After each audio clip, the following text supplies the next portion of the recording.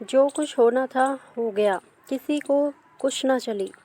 Doctor साहब निर्मला की देह से रक्त निकालने की चेष्टा कर ही रहे थे कि मनसाराम अपने उज्ज्वल चरित्र की अंतिम झलक दिखाकर इस ब्रह्मलोक से विदा हो गया। कदाचित इतनी देर तक उसके प्राण निर्मला ही की राह देख रहे थे।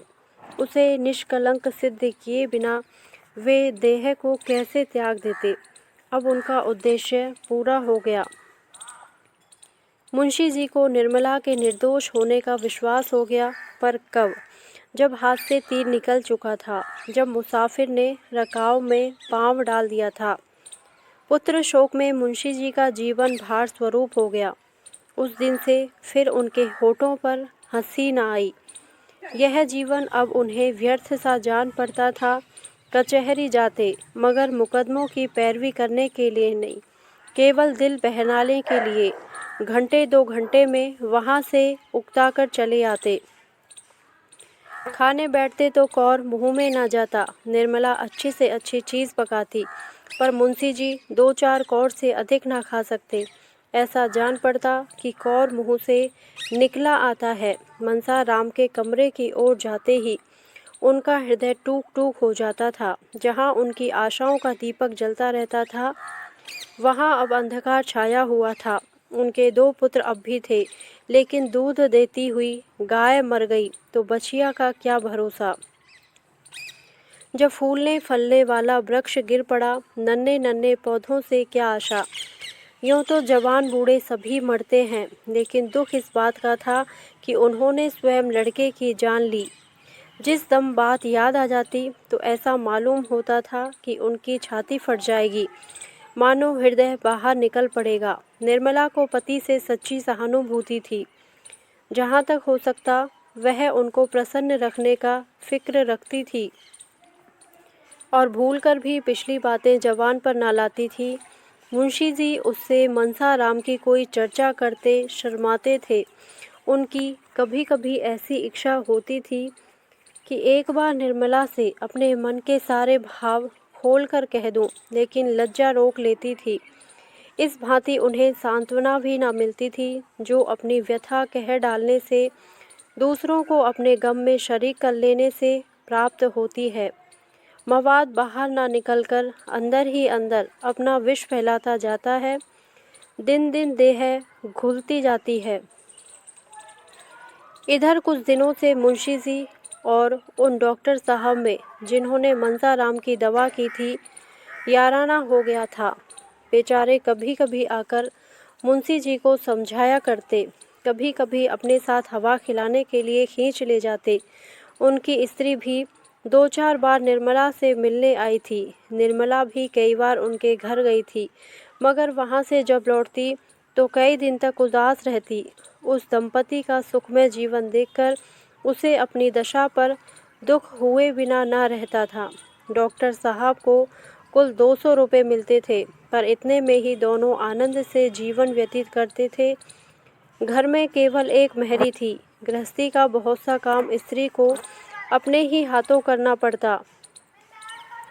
गहने भी उसकी देह पर बहुत कम थे, पर उन दोनों में वह प्रेम था जो धन की तृण के बराबर परवाह नहीं करता। पुरुषों को देखकर स्त्री का चेहरा खिल उठता था, स्त्री को देखकर पुरुष निहाल हो जाता था। निर्मला के घर में धन इससे कहीं अधिक था। आभूषणों से उनकी देह फटी पड़ती थी। घर का कोई काम उसे अपने हाथ से ना करना पड़ता था, पर निर्मला संपन्न होने पर भी अधिक दुखी थी और सुधा विपन्न होने पर भी सुखी। सुधा के पास कोई ऐसी वस्तु थी जो निर्मला के पास ना थी, जिसके सामने उसे अपना वैभव तुच्छ जान पड़ता था। यहाँ तक कि वह सुधा के घर गहने पहनकर जाते शर्माती थी। एक दिन निर्मला डॉक्टर साहब के घर आई तो उसे बहुत उदास देखकर सुधा ने पूछा, बहन आज बहुत उदास हो, वकील साहब की तबीयत तो अच्छी है ना? निर्मला, क्या कहूँ सुधा, उनकी दशा दिन दिन खराब होती जाती है। कुछ कहते नहीं बनता, न जाने ईश्वर को क्या मंजूर है। सुधा, हमारे बाबूजी तो कहते हैं कि उन्हें कहीं जलवायु बदलने के लिए जाना ज़रूरी है। नहीं तो कोई भयंकर रोग खड़ा हो जाएगा। कई बार वकील साहब से कह भी चुके हैं, पर वह यही कह दिया करते हैं कि मैं तो बहुत अच्छी तरह हूँ, मुझे कोई शिकायत नहीं। आज तुम कहना निर्मला, जब डॉक्टर साहब की नहीं सुना तो मेरी सुनेंगे? यह कहते कहते निर्मला की आंखें डबडबा गई। जो शंका इधर महीनों से उसके हृदय को विकल करती रहती थी, मुंह से निकल पड़ी। अब तक उसने उस शंका को छिपाया था, पर अब ना छिपा सकी। बोली, बहन, मुझे लक्षण कुछ अच्छे नहीं मालूम होते। देखें भगवान क्या करते हैं। सुधा, तुम आज उनसे खूब जोर देकर कहना कि कहीं जलवायु बदलने चाहिए। 2-4 महीने बाहर रहने से बहुत सी बातें भूल जाएंगी। मैं तो समझती हूँ शायद मकान बदलने से भी उनका शौक कुछ कम हो जाएगा। तुम कहीं बाहर जा भी ना सकोगी। यह कौन सा महीना है? निर्मला, 8वां महीना बीत रहा है। यह चिंता तो मुझे और भी मारे डालती है। मैंने तो इसके लिए ईश्वर से कभी प्रार्थना ना की थी। यह भला मेरे सिर न जाने क्यों मर दी। मैं बड़ी अभागनी हूँ बहन। विवाह के 1 महीने पहले पिताजी का देहांत हो गया। उनके मरते ही मेरे सिर शनिचर सवार हुआ। जहाँ पहले विवाह की बातचीत पक्की हुई थी, उन लोगों ने आंखें फेर ली। बेचारी अम्मा को हार कर मेरा विवाह यहाँ करना पड़ा। अब छोटी बहन का विवाह होने वाला है। देखें उसकी नाव किस घाट जाती है। सुधा, जहाँ पहले विवाह की बातचीत हुई थी, उन लोगों ने इनकार क्यों कर दिया? निर्मला, यह तो वे ही जाने। पिताजी ना रहे तो सोने की गठरी कौन देता?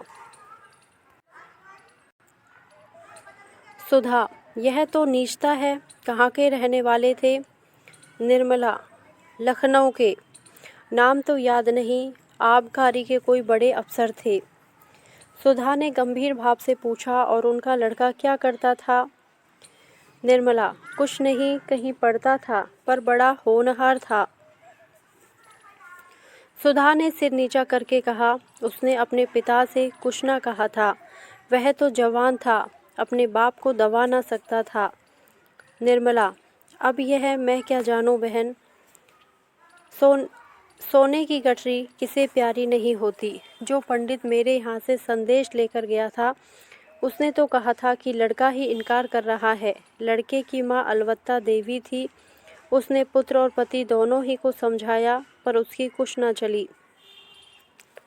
सुधा, मैं तो उस लड़के को पाती तो खूब आड़े हाथों लेती। निर्मला, मेरे भाग्य में जो लिखा था वह हो चुका। बेचारी कृष्णा पर न जाने क्या बीतेगी। संध्या समय निर्मला के जाने के बाद जब डॉक्टर साहब बाहर से आए तो सुधा ने कहा, क्यों जी, तुम उस आदमी को क्या कहोगे जो एक जगह विवाह ठीक कर लेने बाद फिर लोभवश किसी दूसरी जगह? डॉक्टर सिन्हा ने स्त्री की ओर कौतूहल से देखकर कहा, ऐसा नहीं करना चाहिए, और क्या? सुधा, यह क्यों नहीं कहते कि यह घोर निष्ठा है, पहले सिरे का कमीनापन है। सिन्हा, हाँ, यह कहने में भी मुझे इनकार नहीं। सुधा, किसका अपराध बड़ा है, वर का या वर के पिता का?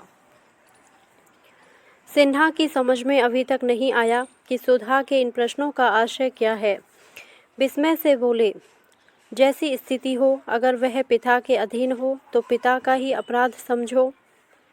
सुधा, अधीन होने पर भी क्या जवान आदमी का अपना कोई कर्तव्य नहीं है? अगर उसे अपने लिए नए कोट की ज़रूरत हो तो वह पिता के विरोध करने पर भी उसे रोध होकर बनवा लेता है। क्या ऐसे महत्व के विषय में वह अपनी आवाज़ पिता के कानों तक नहीं पहुंचा सकता? यह कहो कि वह और उसका पिता दोनों अपराधी हैं, परंतु वर अधिक। बूढ़ा आदमी सोचता है, मुझे तो सारा खर्च संभालना पड़ेगा, कन्या पक्ष से जितना ऐंठ सकूं उतना ही अच्छा। मगर वर का धर्म है कि यदि वह स्वार्थ के हाथों बिल्कुल बिक नहीं गया है तो अपने आत्मबल का परिचय दे। अगर वह ऐसा नहीं करता तो मैं कहूँगी कि वह लोभी है और कायर भी। दुर्भाग्यवश ऐसा ही एक प्राणी मेरा पति है और मेरी समझ में नहीं आता कि किन शब्दों में उसका तिरस्कार करूं। सिन्हा ने हिचकिचाते हुए कहा, वह दूसरी बात थी। लेन देन का कारण नहीं था, बिल्कुल दूसरी बात थी। कन्या के पिता का देहांत हो गया था। ऐसी दशा में हम लोग क्यों करते? यह भी सुनने में आया था कि कन्या में कोई ऐब है। वह बिल्कुल दूसरी बात थी। मगर तुमसे यह कथा किसने कही? सुधा, कह दो कि वह कन्या कानी थी या कुबड़ी थी या नाइन के पेट की थी या भ्रष्टा थी। इतनी कसर क्यों छोड़ दी? भला सुनो तो उस कन्या में क्या ऐब था? सिन्हा, मैंने देखा तो था नहीं, सुनने में आया था कि उसमें कोई ऐब है। सुधा, सबसे बड़ा ऐब यही था कि उसके पिता का स्वर्गवास हो गया था और वह कोई लंबी चौड़ी रकम न दे सकती थी। इतना स्वीकार करते क्यों झेपते हो? मैं कुछ तुम्हारे कान तो काट ना लूँगी। अगर दो चार फिक्रे कहूँ तो इस कान से सुनकर उस कान से उड़ा देना। ज़्यादा ची चपड़ करूँ तो छड़ी से काम ले सकते हो। औरत जात डंडे ही से ठीक रहती है। अगर उस कन्या में कोई ऐब था तो मैं कहूँगी लक्ष्मी भी बेऐब नहीं। तुम्हारी खोटी थी बस, और क्या। तुम्हें तो मेरे पाले पड़ना था। सिन्हा, तुमसे किसने कहा कि वह ऐसी थी वैसी थी जैसे तुमने किसी से सुनकर मान लिया? सुधा, मैंने सुनकर नहीं मान लिया, अपनी आँखों देखा। ज़्यादा बखान क्या करूं? मैंने ऐसी सुंदरी स्त्री कभी नहीं देखी थी। सिन्हा ने व्यग्र होकर पूछा, क्या वह यहीं कहीं है? सच बताओ, उसे कहाँ देखा? क्या तुम्हारे घर आई थी? सुधा, हाँ, मेरे घर आई थी और एक बार नहीं कई बार आ चुकी। मैं भी उसके यहाँ कई बार जा चुकी हूँ। वकील साहब के बीवी वही कन्या है जिसे आपने ऐबों के कारण त्याग दिया। सिन्हा, सच? सुधा, बिल्कुल सच।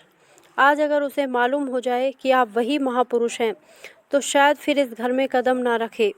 ऐसी सुशीला, घर के कामों में ऐसी निपुण और ऐसी परम सुंदरी स्त्री इस शहर में दो चार ही होंगी। तुम मेरा बखान करते हो। मैं उसकी लौंडी बनने के योग्य भी नहीं हूँ। घर में ईश्वर का दिया सब कुछ है, मगर जब प्राणी ही के मेल के नहीं तो यह सब रहकर क्या करेगा?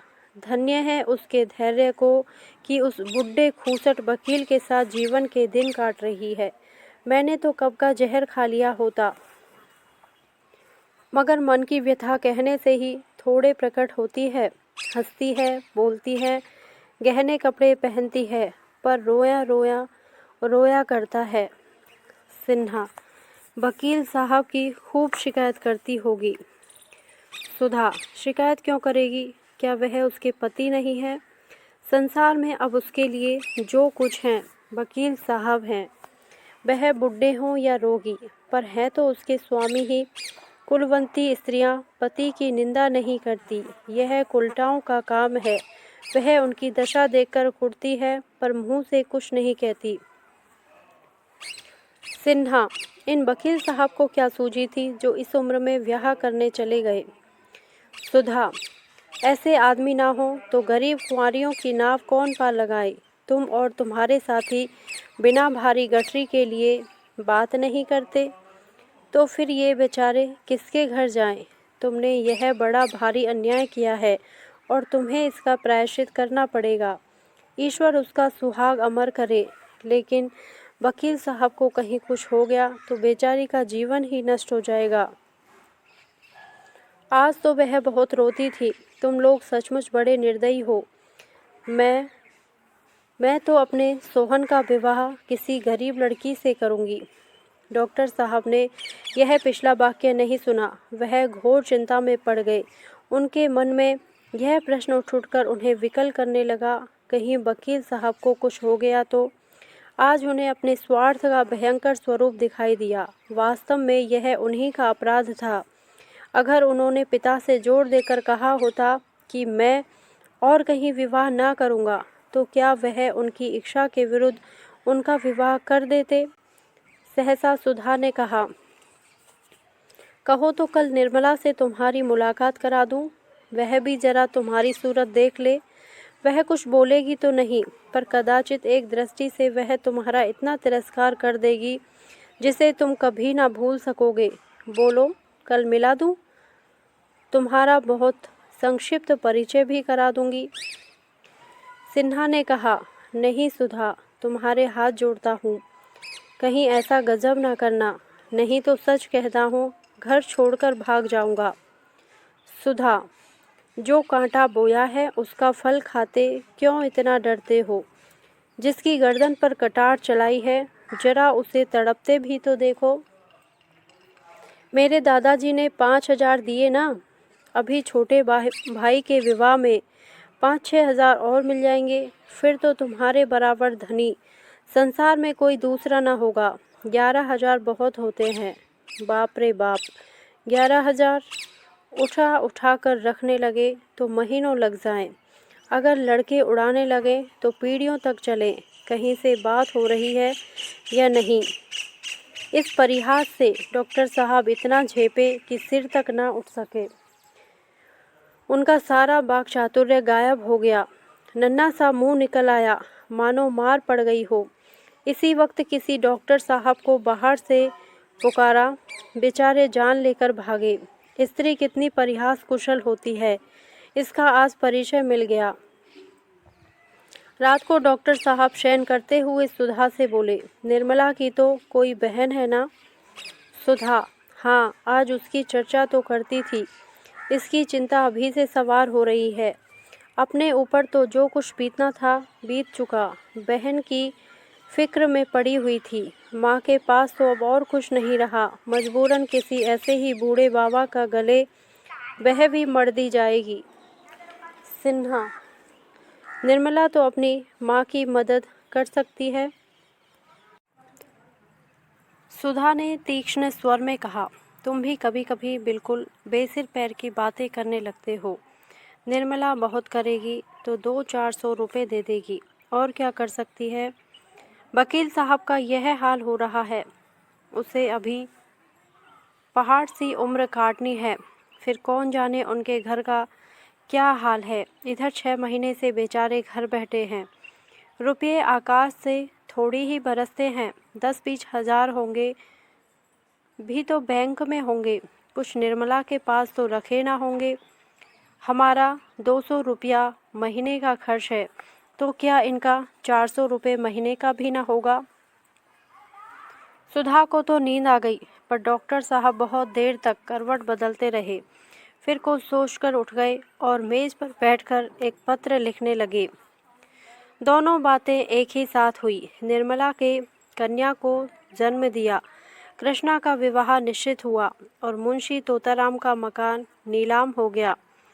कन्या का जन्म तो साधारण बात थी, यद्यपि निर्मला की दृष्टि में यह उसके जीवन की सबसे महान घटना थी। लेकिन शेष दोनों घटनाएं असाधारण थी। कृष्णा का विवाह ऐसे संपन्न घराने में क्यों कर ठीक हुआ। उसकी माता के पास तो दहेज के नाम को कौड़ी भी न थी, और इधर बूढ़े सिन्हा साहब जो अब पेंशन लेकर घर आ गए थे, बिरादरी महालोभी मशहूर थे। वह अपने पुत्र का विवाह ऐसे दरिद्र घराने में करने पर कैसे राजी हुए, किसी को सहसा विश्वास न आता था। इससे भी बड़ा आश्चर्य की बात मुंशी जी के मकान का नीलाम होना था। लोग मुंशी जी को अगर लखपति नहीं तो बड़ा आदमी अवश्य समझते थे। उनका मकान कैसे नीलाम हुआ? बात यह थी कि मुंशी जी ने एक महाजन से कुछ रुपए कर्ज लेकर एक गांव रहन रखा था। उन्हें आशा थी कि साल आध साल में यह रुपए पाट देंगे, फिर 10-5 साल में उस गांव का कब्जा कर लेंगे। पर जमींदार असल और सूद के कुल रुपए अदा करने में असमर्थ हो जाएगा। इसी भरोसे पर मुंशी जी ने यह मामला किया था। गांव बहुत बड़ा था, 400-500 रुपये नफ़ा होता था, लेकिन मन की सोची मन ही में रह गई। मुंशी जी दिल को बहुत समझाने पर भी कचहरी न जा सके। पुत्र शोक ने उनमें कोई काम करने की शक्ति ही नहीं छोड़ी। कौन ऐसा हृदय शून्य पिता है जो पुत्र की गर्दन पर तलवार चलाकर चित्त को शांत कर ले। महाजन के पास जब साल भर तक सूद ना पहुंचा और ना उसके बार बार बुलाने पर मुंशी जी उसके पास गए, यहाँ तक कि पिछली बार उन्होंने साफ साफ कह दिया कि हम किसी के गुलाम नहीं हैं, साहू जी जो चाहे करें। तब साहू जी को गुस्सा आ गया, उसने नालिश कर दी। मुंशी जी पैरवी करने भी ना गए। एकाएक डिग्री हो गई। यहाँ घर में रुपए कहाँ रखे थे। इतने ही दिनों में मुंशी जी की साख भी उठ गई। वह रुपये का कोई प्रबंध ना कर सके। आखिर मकान नीलाम पर चढ़ गया। निर्मला सौर में थी। यह खबर सुनी तो कलेजा सन्न हो गया। जीवन में कोई सुख ना होने पर भी धनाभाव की चिंताओं से मुक्त थी। धन मानव जीवन में अगर सर्वप्रधान वस्तु नहीं तो वह उसके बहुत निकट की वस्तु अवश्य है। अब और अभावों के साथ वह चिंता भी उसके सिर सवार हुई। उसे दाई द्वारा कहला भेजा, मेरे सब गहने बेचकर घर को बचा लीजिए। लेकिन मुंशी जी ने यह प्रस्ताव किसी तरह स्वीकार न किया। उस दिन से मुंशी जी और भी चिंताग्रस्त रहने लगे। जिस धन का सुख भोगने के लिए उन्होंने विवाह किया था वह अब अतीत की स्मृति मात्र था। वह मारे ग्लानि के अब निर्मला को अपना मुंह तक न दिखा सकते। उन्हें अब उसके अन्याय का अनुमान हो रहा था जो उन्होंने निर्मला के साथ किया था, और कन्या के जन्म ने तो रही सही कसर भी पूरी कर दी, सर्वनाश ही कर डाला। 12वें दिन सौर से निकलकर निर्मला नवजात शिशु को गोद लिए पति के पास गई। वह इस अभाव में भी इतनी प्रसन्न थी मानो उसे कोई चिंता नहीं है। बालिका को हृदय से लगाकर वह अपनी सारी चिंताएं भूल गई। शिशु के विकसित और हर्ष प्रदीप्त नेत्रों को देखकर उसका हृदय प्रफुल्लित हो रहा था। मातृत्व के इस उद्धार में उसके सारे क्लेश विलीन हो गए थे। वह शिशु को पति की गोद में देकर निहाल हो जाना चाहती थी, लेकिन मुंशी जी कन्या को देखकर सहम उठे। गोद लेने के लिए उनका हृदय हुलसा नहीं, पर उन्होंने एक बार उसे करुण नेत्रों से देखा और फिर सिर झुका लिया। शिशु की सूरत मनसाराम से बिल्कुल मिलती थी। निर्मला ने उसके मन का भाव और ही समझा। उसने शतगुण स्नेह से लड़की को हृदय से लगा लिया, मानो उनसे कह रही है, अगर तुम इसके बोझ से दबे जाते हो तो आज से मैं इस पर तुम्हारा साया भी नहीं पड़ने दूंगी। जिस रतन को मैंने इतनी तपस्या के बाद पाया है उसका निरादर करते हुए तुम्हारा हृदय फट नहीं जाता। वह उसी क्षण शिशु को गोद से चिपकाते हुए अपने कमरे में चली आई और देर तक रोती रही। उसने पति की इस उदासीनता को समझने की जरा भी चेष्टा नहीं की, नहीं तो शायद वह उन्हें इतना कठोर न समझती। उसके सिर पर उत्तरदायित्व का इतना बड़ा भार कहाँ था जो उसके पति पर आ पड़ा था। वह सोचने की चेष्टा करती तो क्या इतना भी उनकी समझ में न आता था। मुंशी जी को एक ही क्षण में अपनी भूल मालूम हो गई। माता का हृदय प्रेम में इतना अनुरक्त रहता है कि भविष्य की चिंताएं और बाधाएं उसे जरा भी भयभीत नहीं करती। उसे अपने अंतःकरण में एक अलौकिक शक्ति का अनुभव होता है जो बाधाओं को उनके सामने परास्त कर देती है। मुंशी जी दौड़े हुए घर में आए और शिशु को गोद में लेकर बोले, मुझे याद आती है, मनसा भी ऐसा ही था, बिल्कुल ऐसा ही। निर्मला, दीदी जी भी तो यही कहती हैं। मुंशी जी, बिल्कुल वही, बड़ी बड़ी आंखें और लाल लाल होठ हैं। ईश्वर ने मुझे मेरा मनसाराम इसी रूप में दे दिया। वही माथा है, वही मुंह, वही हाथ पांव। ईश्वर तुम्हारी लीला अपार है। सहसा रुक्मणी भी आ गई। मुंशी जी को देखते ही बोली, देखो बाबू, मनसाराम है कि नहीं, वही आया है। कोई लाख कहे मैं ना मानूंगी, साफ मनसाराम है। साल भर के लगभग ही भी तो गया। मुंशी जी, बहन, एक एक अंग तो मिलता है। बस भगवान ने मुझे मेरा मनसाराम दे दिया। शिशु से, क्यों री, तू मनसाराम ही है, छोड़कर जाने का नाम ना लेना, नहीं फिर खींच लाऊंगा। कैसे निष्ठुर होकर भागे थे। आखिर पकड़ लाया कि नहीं, बस कह दिया, अब मुझे छोड़कर जाने का नाम ना लेना। देखो बहन कैसी टुकुर टुकुर ताक रही है। उसी क्षण मुंशी जी ने फिर से अभिलाषाओं का भवन बनाना शुरू कर दिया। मोह ने उन्हें फिर संसार की ओर खींचा। मानव जीवन तू इतना क्षणभंगुर है, पर तेरी कल्पनाएं कितनी दीर्घायु। वही तोताराम जो संसार से विरक्त हो रहे थे, जो रात दिन मृत्यु का आवाहन किया करते थे, तिनके का सहारा पाकर तट पर पहुंचने के लिए पूरी शक्ति से हाथ पांव मार रहे हैं, मगर तिनके को सहारा पाकर कोई तट पर पहुंचा है? निर्मला को यद्यपि अपने घर के झंझटों से अवकाश न था, पर कृष्णा के विवाह का संदेश पाकर वह किसी तरह न रुक सकी। उसकी माता ने बहुत आग्रह करके बुलाया था। सबसे बड़ा आकर्षण यह था कि कृष्णा का विवाह उसी घर में हो रहा था जहां निर्मला का विवाह पहले तय हुआ था। आश्चर्य यही था कि इस बार ये लोग बिना कुछ दहेज लिए कैसे विवाह करने पर तैयार हो गए। निर्मला को कृष्णा के विषय में बड़ी चिंता हो रही थी। समझती थी मेरी ही तरह वह भी किसी के गले मर दी जाएगी। बहुत चाहती थी कि माता की कुछ सहायता करूं, जिससे कृष्णा के लिए कोई योग्य वर मिले, लेकिन इधर वकील साहब के घर बैठ जाने और महाजन के नालिश कर देने से उसका हाथ भी तंग था। ऐसी दशा में यह खबर पाकर उसे बड़ी शांति मिली। चलने की तैयारी कर ली। वकील साहब स्टेशन तक पहुंचाने आए। नन्ही बच्ची से उन्हें बहुत प्रेम था, छोड़ते ही ना थे। यहाँ तक कि निर्मला के साथ चलने को तैयार हो गए, लेकिन विवाह से 1 महीने पहले उनका ससुराल जा बैठना निर्मला को उचित न मालूम हुआ। निर्मला ने अपनी माता से अब तक अपनी विपत्ति कथा ना कही थी। जो बात हो गई उसका रोना रोकर माता को कष्ट देने और रुलाने से क्या फ़ायदा। इसलिए उसकी माता समझती थी निर्मला बड़े आनंद से है। अब जो निर्मला की सूरत देखी तो मानो उसके हृदय पर धक्का सा लग गया। लड़कियां ससुराल से घुलकर नहीं आती, फिर निर्मला जैसी लड़की जिसको सुख की सभी सामग्रियां प्राप्त थी, उसने कितनी लड़कियों को दूज की चंद्रमा की भांति ससुराल जाते और पूर्ण चंद्र बनकर आते देखा था। मन में कल्पना कर रही थी निर्मला का रंग निखर गया होगा, देह भरकर सुडौल हो गई होगी, अंग प्रत्यंग की शोभा कुछ और ही हो गई होगी। अब जो देखा तो वह आधी भी ना रही थी। न यौवन की चंचलता थी, सन वह विहसित छवि लौ हृदय को मोह लेती थी। वह कमनीयता, सुकुमारता जो विलास में जीवन से आ जाती है, यहाँ नाम को ना थी। मुख पीला, चेष्टा गिरी हुई। तो माता ने पूछा, क्यों री, तुझे वहाँ खाने को ना मिलता था? इससे कहीं अच्छी तो तू यही थी, वहाँ तुझे क्या तकलीफ थी? कृष्णा ने हंसकर कहा, वहाँ मालकिन थी कि नहीं? मालकिन दुनिया भर की चिंताएं रहती हैं, भोजन कब करे?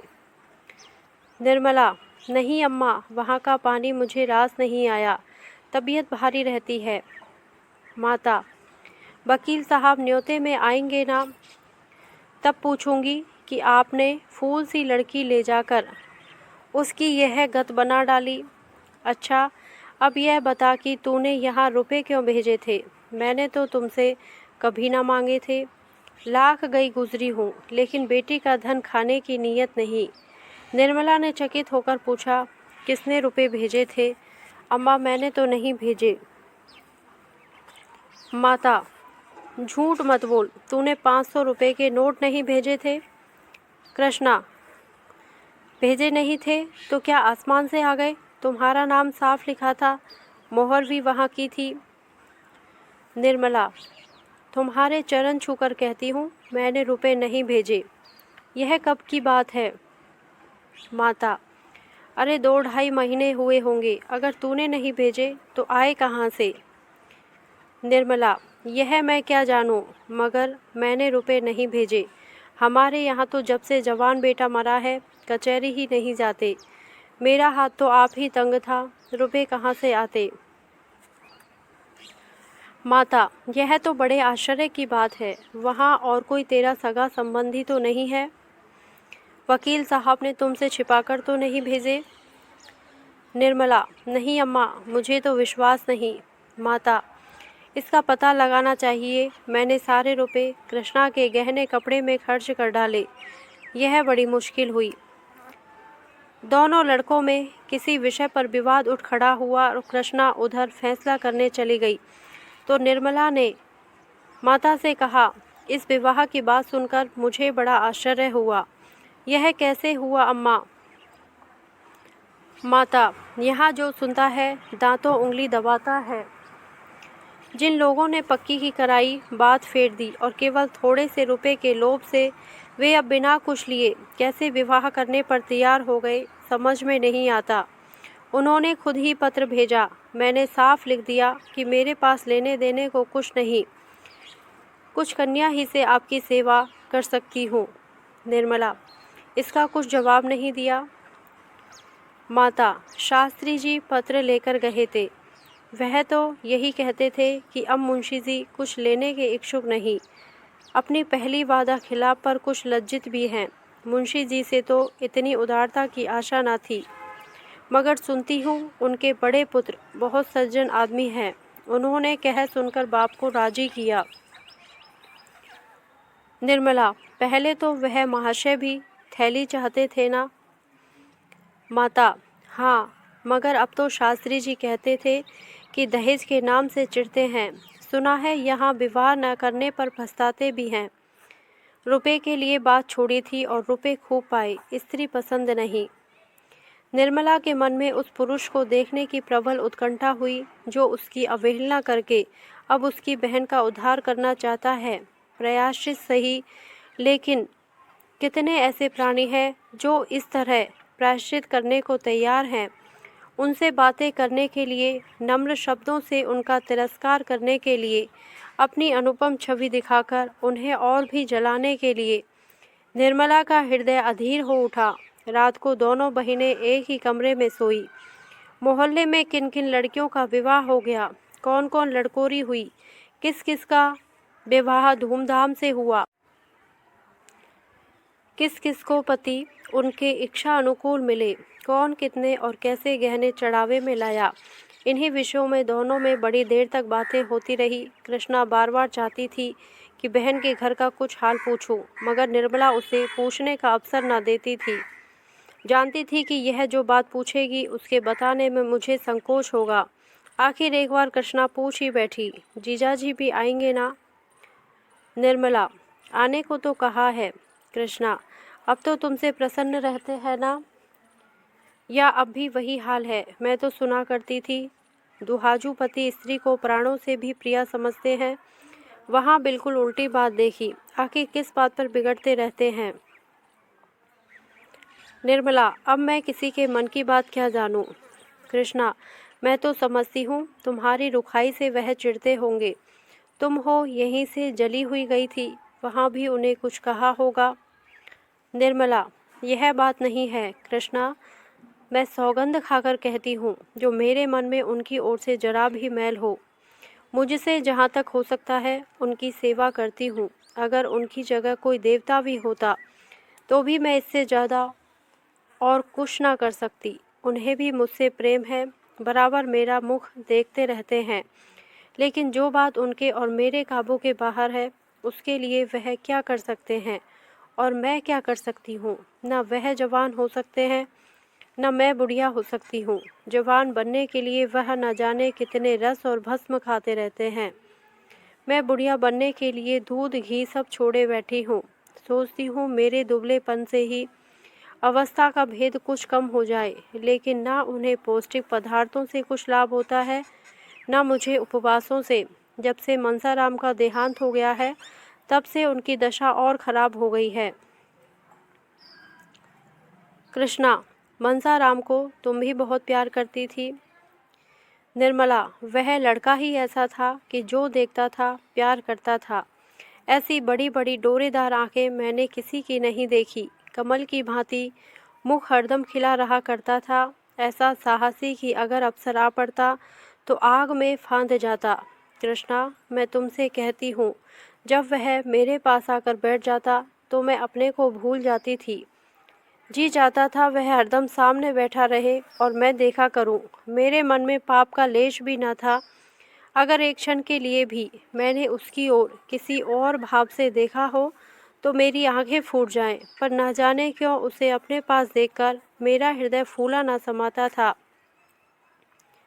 इसलिए मैंने पढ़ने का स्वांग रचा नहीं, तो वह घर में आता ही ना था। यहाँ मैं जानती हूँ कि अगर उसके मन में पाप होता तो मैं उसके लिए सब कुछ कर सकती थी। कृष्णा, अरे बहन चुप रहो, कैसी बातें मुंह से निकालती हो। निर्मला, हाँ, यह बात सुनने में बुरी मालूम होती है और है भी बुरी, लेकिन मनुष्य की प्रकृति को तो कोई बदल नहीं सकता। तू ही बता, एक 50 वर्ष के मर्द से तेरा विवाह हो जाए तो तू क्या करेगी।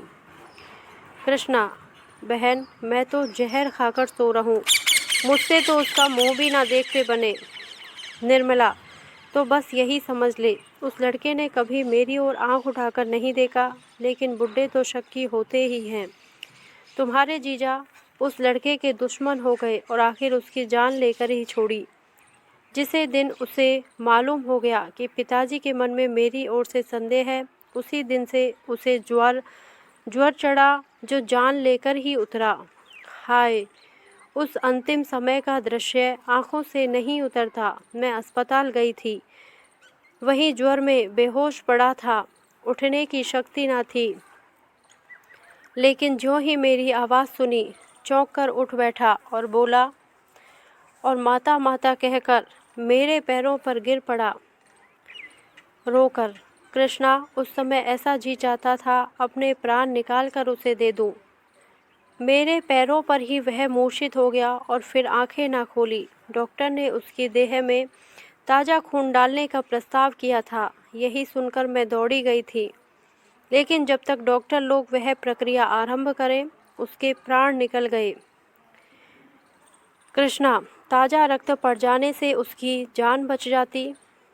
निर्मला, कौन जानता है, लेकिन मैं तो अपने रुधिर की अंतिम बूंद तक देने को तैयार थी। उस दशा में भी उसका मुखमंडल दीपक की भांति चमकता था। अगर वह मुझे देखते ही दौड़कर मेरे पैरों पर ना गिर पड़ता, पहले कुछ रक्त देह में पहुंच जाता तो शायद बच जाता। कृष्णा, तो तुमने उन्हें उसी वक्त लिटा क्यों ना दिया। निर्मला, अरे पगली, तू अभी तक बात ना समझी। वह मेरे पैरों पर गिरकर और माता पुत्र का संबंध दिखाकर अपने बाप के दिल से वह संदेह निकाल देना चाहता था। केवल इसलिए वह उठा था। मेरा क्लेश मिटाने के लिए उसने प्राण दिए और उसकी वह इच्छा पूरी हो गई। तुम्हारे जीजाजी उसी दिन से सीधे हो गए। अब तो उनकी दशा पर मुझे दया आती है। पुत्र शोक उनके प्राण लेकर छोड़ेगा। मुझ पर संदेह करके मेरे साथ जो अन्याय किया है, अब उसका प्रतिशोध कर रहे हैं। अब की उनकी सूरत देखकर तो डर जाएगी। बूढ़े बाबा हो गए हैं, कमर भी कुछ झुक चली है। कृष्णा, बूढ़े लोग इतने शक्की क्यों होते हैं बहन। निर्मला, यह जाकर बुड्ढों से पूछो।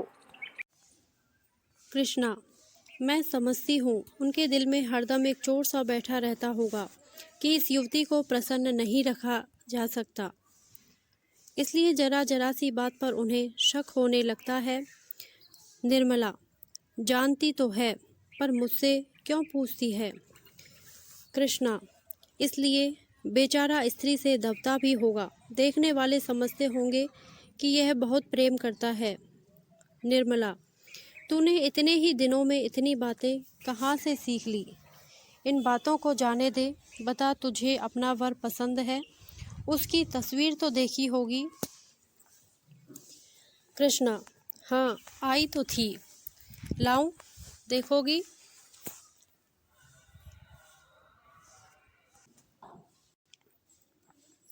एक क्षण में कृष्णा ने तस्वीर लाकर निर्मला के हाथ में रख दी। निर्मला ने मुस्कुराकर कहा, तू बड़ी भाग्यवान है। कृष्णा, अम्मा जी ने भी बहुत पसंद किया।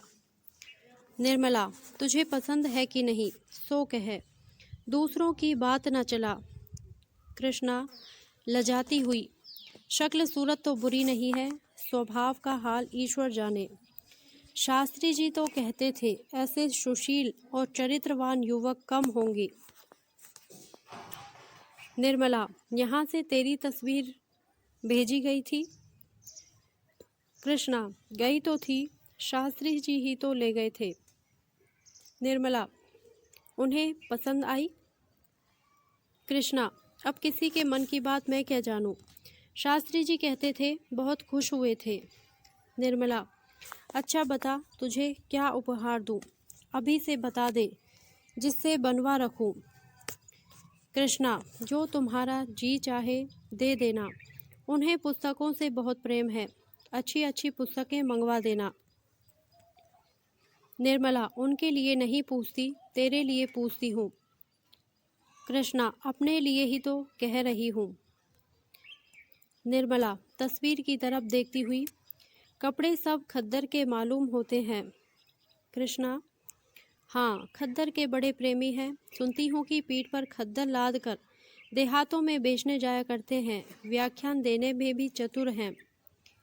निर्मला, तब तो मुझे भी खद्दर पहनना पड़ेगा। तुझे तो मोटे कपड़ों से चिढ़ है। कृष्णा, जब उन्हें मोटे कपड़े अच्छे लगते हैं तो मुझे क्यों चिढ़ होगी? मैंने तो चरखा चलाना सीख लिया। निर्मला, सच? सूत निकाल लेती है? कृष्णा, हाँ बहन, थोड़ा थोड़ा निकाल लेती हूँ। जब वह खद्दर के इतने प्रेमी हैं, जो चरखा भी जरूर चलाते होंगे, मैं ना चला सकूंगी तो मुझे कितना लज्जित होना पड़ेगा। इस तरह बात करते करते दोनों बहनें सोई। कोई 2 बजे रात को बच्ची रोई तो निर्मला की नींद खुली। देखा तो कृष्णा की चारपाई खाली पड़ी थी। निर्मला को आश्चर्य हुआ कि इतनी रात गई कृष्णा कहाँ चली गई। शायद पानी वानी पीने गई हो। मगरी पानी तो सिराहने रखा हुआ है, फिर कहाँ गई है? उसे 2-3 बार उसका नाम लेकर आवाज़ दी, पर कृष्णा का पता न था। तब तो निर्मला घबरा उठी। उसके मन में भांति भांति की शंकाएं होने लगी। सहसा उसे ख्याल आया कि शायद अपने कमरे में ना चली गई हो। बच्ची सो गई तो वह उठकर कृष्णा के कमरे के द्वार पर आई। उसका अनुमान ठीक था। कृष्णा अपने कमरे में थी। सारा घर सो रहा था और वह बैठी चरखा चला रही थी। इतनी तन्मयता से शायद उसने थिएटर भी ना देखा होगा। निर्मला दंग रह गई। अंदर जाकर बोली, यह क्या कर रही है रे? यह चरखा चलाने का समय है? कृष्णा चौंक कर उठ बैठी और संकोच से सिर झुकाकर बोली, तुम्हारी नींद कैसे खुल गई? पानी वानी तो मैंने रख दिया था। निर्मला, मैं कहती हूँ दिन को तुझे समय नहीं मिलता जो पिछली रात को चरखा लेकर बैठी है? कृष्णा, दिन को फुर्सत नहीं मिलती। निर्मला सूत देखकर, सूत तो बहुत महीन है। कृष्णा, कहाँ बहन, यह सूत तो मोटा है। मैं बारीक सूत काट कर उनके लिए साफा बनाना चाहती हूँ। यही मेरा उपहार होगा। निर्मला, बात तो तूने खूब सोची है। इससे अधिक मूल्यवान वस्तु उनकी दृष्टि में और क्या होगी? अच्छा उठ, इस वक्त कल काटना। कहीं बीमार पड़ जाएगी तो सब धरा रह जाएगा। कृष्णा, नहीं मेरी बहन, तुम चलकर सो, मैं अभी आती हूँ। निर्मला ने अधिक आग्रह ना किया। लेटने चली गई, मगर किसी तरह नींद न आई।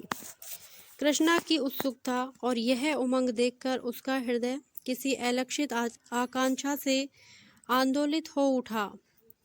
ओहो, इस समय इसका हृदय कितना प्रफुल्लित हो रहा है। अनुराग ने इसे कितना उन्मत्त कर रखा है। तब उसे अपने विवाह की याद आई। जिस दिन तिलक गया था, उस दिन से उसकी सारी चंचलता, सारी सजीवता विदा हो गई थी। अपनी कोठरी में बैठी वह अपनी किस्मत को रोती थी और ईश्वर से विनय करती थी कि प्राण निकल जाएं। अपराधी जैसे दंड की प्रतीक्षा करता है, उसी भांति वह विवाह की प्रतीक्षा करती थी। उस विवाह की जिसमें उसके जीवन की सारी अभिलाषाएं विलीन हो जाएंगी। जब मंडप के नीचे बने हुए हवन कुंड में उसकी आशाएं जलकर भस्म हो जाएंगी।